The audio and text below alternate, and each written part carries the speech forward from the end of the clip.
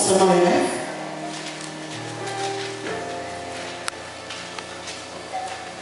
Je lis la parole du Seigneur.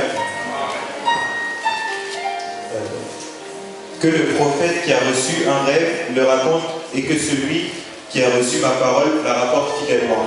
Pourquoi ajouter de la paille au blé, déclare l'Éternel. Ma parole n'est-elle pas comme un feu, déclare l'Éternel, comme un marteau qui pulvérise la roche? C'est bon. Alléluia. On compare le rêve dans ce passage à la paille et on compare la parole de Dieu au froment, c'est-à-dire au pain, au blé. Alléluia. Amen. À la nourriture essentielle. Pourquoi? Parce que à cette époque-là, les gens avaient de multitudes de songes. Et on entendait dans les rues, j'ai eu un songe, j'ai eu un songe. Comme ici peut-être, c'est l'atmosphère des songes et des rêves. Peut-être au téléphone, j'ai fait un rêve cette nuit, j'ai rêvé de tel homme de Dieu. J'ai fait un rêve cette nuit, j'ai rêvé de telle soeur. J'ai fait un rêve cette nuit, j'ai rêvé de l'église. Et le Saint-Esprit va parler de la bouche de Jérémie en disant, faites attention au peuple de Dieu. Faites attention. Allez-vous mettre toute votre confiance ou votre foi sur un rêve, sur les rêves qui sont racontés, ou allez-vous baser votre foi sur la parole de Dieu?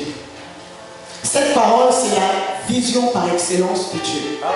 C'est le rêve par excellence de Dieu. Et tout rêve que nous pouvons faire doit être en conformité avec cette parole.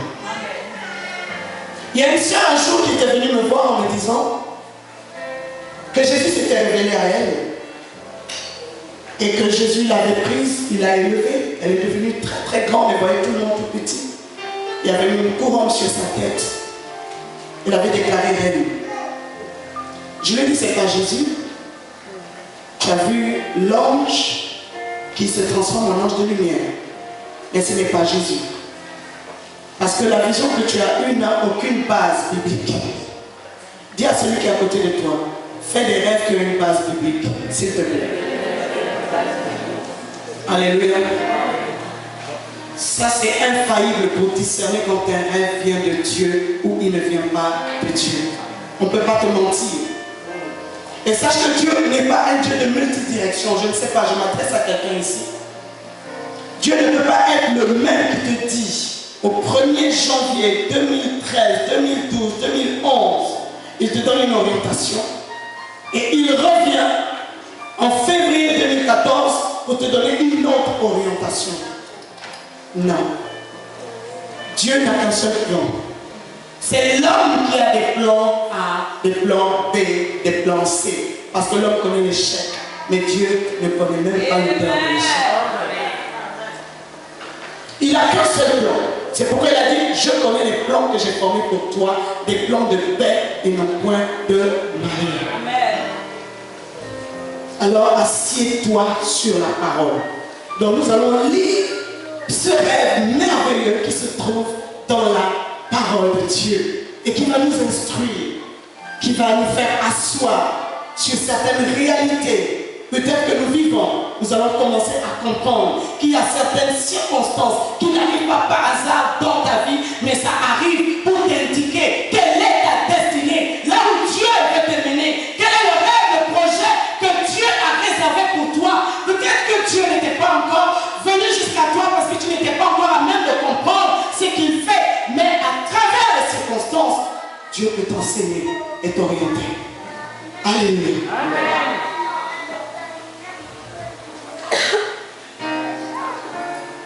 La deuxième chose que nous voyons dans ce rêve et dans la vie de Joseph, c'est que après qu'il ait fait ses rêves, Dieu va l'emmener dans ce qu'on appelle un temps de préparation. On ne peut pas prophétiser ou parler sur toi aujourd'hui et puis demain, tu te lèves avec ta Bible et dis, je suis prédicateur de l'évangile. Je le répète, la foi n'est pas une folie. Amen. Amen. On ne peut pas prophétiser sur toi que tu seras très prospère Et puis demain, tu attends peut-être au bas de ta porte une grosse enveloppe de la part des anges qui descendent en mission pour dire voilà ta bénédiction promise. Amen. Dieu n'est pas un magicien. Dieu est créateur. Amen. Alléluia. Amen. Il n'a pas besoin de faire du spectacle. Il agit en profondeur. Il a besoin de nous préparer. Nous préparer, nous équiper. Ensuite, seulement, il va nous élever et il va nous utiliser pour sa gloire. Mais d'abord, nous préparer. Amen. Dis à celui qui est à côté de toi, il faut aimer le pressoir de Dieu. Il faut aimer le pressoir. Il faut aimer le moule de Dieu. Alléluia. Amen. Le prophète Jérémie aimait ça. Et c'est pourquoi il disait allons dans la maison du potier. Alléluia. Parce que nous sommes comme de l'argile et nous devons apprendre à dépendre de Dieu. Il veut changer notre façon de voir. Et dans ce temps de préparation, la première chose que Dieu va faire dans la vie de Joseph, c'est d'abord la séparation. Dites séparation. Séparation. Dieu va le séparer de son milieu familial. Dieu va le séparer de ses amis. Dieu va le séparer de ses habitudes. Dieu va le séparer de son statu quo, de son confort. Dieu va le séparer de sa position de prince et de bien-aimé dans le cœur de son Père. Alléluia. Parce que pour que le rêve s'accomplisse, il fallait qu'il quitte cet endroit et qu'il aille en Égypte. Parce que c'est en Égypte que son rêve doit se réaliser. Alors Dieu permet qu'il rentre d'abord dans la citerne. La citerne qui symbolise la mort en soi. Alléluia. La citerne qui symbolise le brisement, la mort dans nos habitudes, la mort dans nos pensées.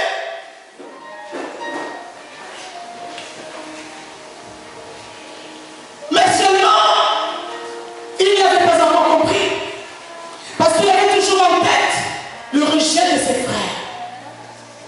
Il n'avait pas compris qu'il fallait une action brusque pour que Joseph soit propulsé dans sa destinée. Il fallait que ses frères le rejettent. Il fallait que sa famille le laisse partir. Alléluia. Parce qu'il n'avait pas l'intention de quitter la maison. C'était le fils à papa. Dis à celui qui est à côté de toi, tu es un fils à papa ou tu es fille à papa, tu dois te séparer. Aujourd'hui, la séparation, ce n'est pas une séparation physique. Alléluia. Mais comme Jésus l'a dit et l'a annoncé, il n'est pas venu pour apporter la paix, forcément. Il est aussi venu pour apporter l'épée. Pour séparer la belle-mère, amen, de sa belle-fille. La fille de sa mère, le père de son fils. Pourquoi? Peut-être que tes parents ou les membres de ta famille ont évolué dans l'idolâtrie et ne connaissent pas Dieu. Alors quand Jésus rentre dans la famille et qu'il te saisit toi essentiellement, il va faire ce qu'on appelle une séparation dans l'esprit. Alléluia. Une séparation. J'ai envie de dire à quelqu'un, cesse de parler de tes problèmes privés à certains membres de ta famille qui ne connaissent pas le Seigneur. Les liens de sang ne sont pas plus forts que les liens de l'esprit.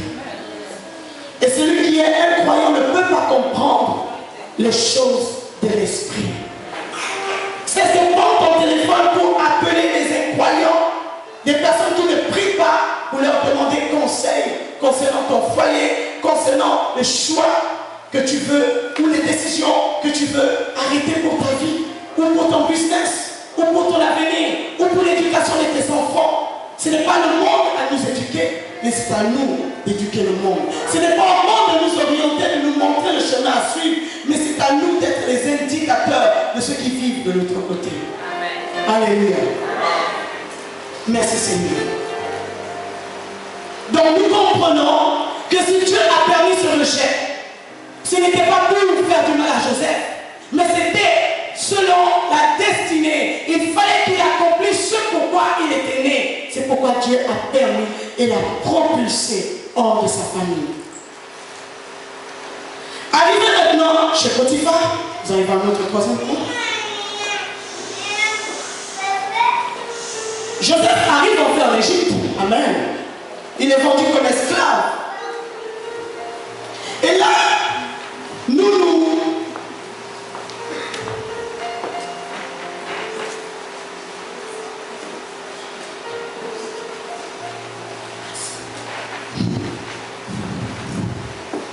Alléluia. La porte m'a permis de vous chauffer. Alléluia. Arrivé en Égypte enfin, Joseph ne s'appuie pas sur son sort. Joseph ne se lamente pas. Joseph ne pleure pas. Joseph n'est pas découragé. Il n'a personne autour de lui pour l'encourager. Il s'encourage lui-même. Il se fortifie lui-même. Mais quelle est la décision de Joseph pendant qu'il est dans cette épreuve? Il décide de fleurir. Alléluia. Je n'ai peut-être pas encore vu la réalisation de mon rêve, mais je sais que dans cette épreuve, dans cette circonstance, je suis sur ma route. Que quelqu'un dit, je suis sur ma route. Je suis sur mon accomplissement. Alléluia. Alors, Joseph a travaillé. Il a appris la langue, parce qu'il était hébreu. Amen. Il a appris la langue des Égyptiens. Il a appris la culture des Égyptiens. Il a appris comment les Égyptiens travaillent. Alléluia. Dans la maison de Potiphar. Et c'est ainsi qu'au bout de quelques années, Potiphar appelle et Potiphar nous donne une promotion. On ne donne pas la promotion à quelqu'un qui est paresseux, qui ne veut pas travailler. On ne peut pas confier les plus grandes responsabilités à quelqu'un qui n'a pas pris soin du talent qu'on lui a donné. Étienne et Philippe se sont démarqués des autres diacres qui avaient été consacrés ce jour-là. Pourquoi? Parce qu'ils ont maximisé leur talent. Alléluia. Ils n'ont pas regardé à leur position. Ils ont fleuri dans leur diaconat. Et Dieu les a élevés comme de grands et puissants évangélistes avec lesquels ils faisaient de grandes choses. Ils étaient remplis d'une telle sagesse, particulièrement Étienne, que personne ne pouvait le soutenir dans ses débats. Pourtant, Étienne, au départ, était diacre. Aujourd'hui, le diaconat est devenu... On se dit non. C'est une petite responsabilité, c'est une grande responsabilité. Un diacre, tu dois être un exemple. Un exemple pour le peuple de Dieu. Un exemple à suivre. Tu dois donner envie de servir Dieu. Mais si tu ne me donnes pas envie de servir Dieu, je vais rester toujours assis. Alléluia. Tu dois me montrer comment servir Dieu. Alléluia. Nous pouvons dire qu'au départ, Josué a été comme un diacre, serviteur au service de Moïse. Et il apprenait tout. Comment administrer, comment se faisaient des cultes. Alléluia. Apprenons au pied du maître.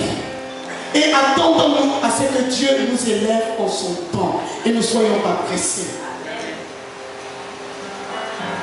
Et donc pendant qu'il a travaillé, il a reçu sa promotion. Joseph qui était rentré dans la maison de Potiphar en tant qu'esclave, il est devenu le gouverneur de toute la maison de Potiphar. Et la Bible spécifie même que Potiphar ne se préoccupait plus de tout ce qui le concernait, seulement sa nourriture, ce qu'il devait manger, mais tout le reste était confié entre les mains de Joseph. Ça ne s'est pas passé en un jour, ça ne s'est pas passé en un mois, ça demandait de l'énergie, du travail, de la persévérance, ça demandait beaucoup de foi, ça demandait de l'espérance, ça demandait de l'attachement à Dieu, ça demandait la crainte de Dieu. Alléluia. Il y avait des moments où il était fatigué, mais il fallait qu'il travaille. Amen. Aujourd'hui, tu veux la promotion dans ton travail. dans ta profession, mais travaille. Et si Dieu est avec toi, sache-le, on te confiera de plus grandes responsabilités au nom du Seigneur. Nous voyons dans la parole de Dieu des exemples, des hommes et des femmes qui ont traversé des épreuves, mais qui sont allés en contre-courant, qui n'ont pas négocié avec les circonstances, mais qui ont contré les circonstances, qui n'ont pas agi comme le commun des mortels pourrait réagir ou agir face à une circonstance, mais ils ont fait exactement le contraire que ce que le diable veut que tu fasses. Fais le contraire. Quand le diable veut que tu pleures, ris, même quand tu ne veux pas rire. Quand le diable veut que tu te lamentes, que tu restes assis à la maison, lève-toi, danse et viens à l'église. Alléluia. Le Dieu n'en a pas envie. Parce que ce n'est pas à ton âme de te dicter tes actions, de dicter ce que tu dois faire, mais c'est à l'esprit qui est devenu supérieur le jour de la nouvelle naissance. C'est l'esprit qui doit dominer sur l'âme, qui doit donner des ordres à l'âme. Comme David disait, mon âme bénit l'Éternel, et tout ce qui est en moi bénit son Seigneur.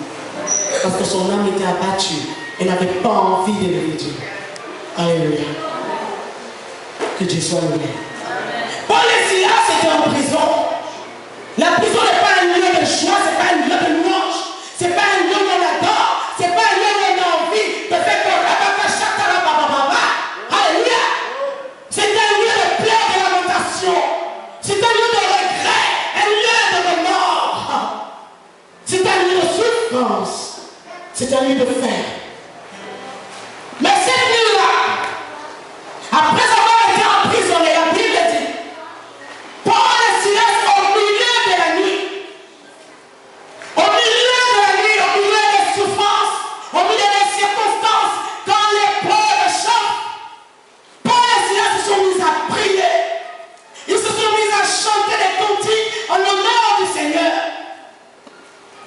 Et alors Dieu envoya ses anges en mission. Le combat prend fin lorsque tu décides de fleurir dans ta situation. Si tu veux voir la gloire de Dieu, j'ai envie de te dire, ce matin, ne regarde pas ton épreuve, ni à tes circonstances, mais décide de fleurir, décide d'exercer la foi, décide de persévérer, décide de chanter, décide de jeûner, décide de faire des démarches administratives, mais il faut que tu fasses quelque chose, il faut que tu travailles. Et parce qu'ils ont semé dans les souffrances, la terre a commencé à trembler sous leurs pieds. Et toutes les portes des prisons se sont ouvertes. Je dis à quelqu'un ce matin, ta délivrance dépend, la délivrance de beaucoup de personnes. Alors ne te relâche pas. N'arrête pas le combat. Tu dois terminer ton tour. Si 2014, c'est ton dernier tour. Si le mois prochain, c'est ton dernier tour. Si ce soir, c'est ton dernier tour. Si dans une minute, c'est ton dernier tour. Il faut que tu achèves ton tour. Alléluia. Jusqu'à ce que les portes de la prison cèdent. Alléluia.